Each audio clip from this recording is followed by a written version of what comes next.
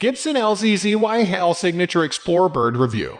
Made in a country with top quality control, which means you should get a high quality instrument made with good materials and excellent attention to detail. It's a guitar with decent playability. It has good pickups but might be lacking in terms of versatility.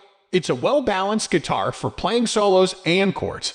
You can find other models with valuable features for a lower price. Overall, a good guitar for the price. The Gibson Lzzy Hale Signature Explorerbird meets 6 out of our 8 criteria items for beginner friendliness, which means that it's a good guitar to start with as a complete beginner.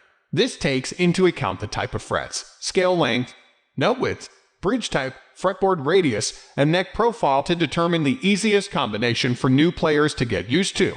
After taking into account the neck profile, scale size, fretboard radius, and note width, we can conclude that the Gibson Lzzy Hale Signature Explorebird's construction favors people with relatively small hands. Nevertheless, this comes down in the end to personal preference. Make sure you test this guitar or another one with similar characteristics before buying. We found that the Gibson Lzzy Hale Signature Explorerbird weighs between 8.1 ohms and 8.6 ohms. This was recorded from some online retailers that publish the weight of the guitars they sell. Scale length is the distance the strings will span between the bridge and the nut. It can tell you a lot about the overall playability and tone of the instrument. A longer scale length means longer distance between frets, brighter tone, and more string tension, which means lower action, but more difficult bending of the strings. This is the scale length used in most Gibson guitars. If you like the playability of a Gibson, this guitar will feel pretty similar. It's a lot shorter than the typical Stratocaster. As you can see from the picture above, a shorter scale length also means shorter separation between frets. If you got really small hands, you probably will feel more comfortable playing this guitar than a Fender Stratocaster. This scale length also allows for easier bends and vibranos because the strings will have lower tension due to the shorter scale. Finally, another thing affected by scale length is tone.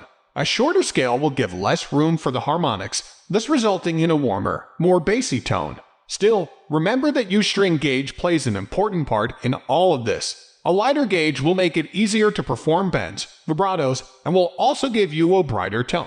The neck profile tells you the thickness and shape and cross-section. Every difference will completely change the feeling and comfortability of the neck. This is a highly subjective thing.